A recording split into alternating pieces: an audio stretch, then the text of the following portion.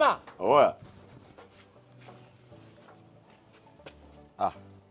Kevo. Kama kawaida. Sasa bwana, nimefuata ulivyoniambia nikutafutie mtu mwenye akili zake alokamilika kila kitu. Ndugu yangu hapa anaitwa Kizigo. Hebu mpe kidogo.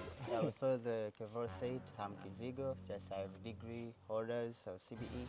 Just I'm here to working for the days of come. Umesikia hiyo? Wewe umeniambia nikutafutie mtu mwenye akili yake, yani kwamba akiweza kufanya kazi anaifanya kazi kwa akili.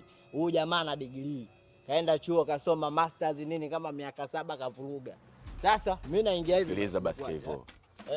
Mimi nilikutuma ukamtafute mtu mwenye akili timamu na nguvu. Wala sikuhitaji degree.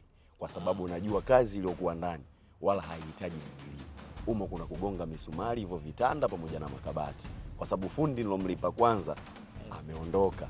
Kazi yangu hajanimalizia. Sasa wewe unaamini anaweza kaifanya kupitia degree? Hajakuelewa. Hebu mpe nyingine. I understand that everything. That's how we offer the out organize, they have be the working doing. Hiyo ndo akili kwa itaka wewe na degree. Hivyo unajua una masiara.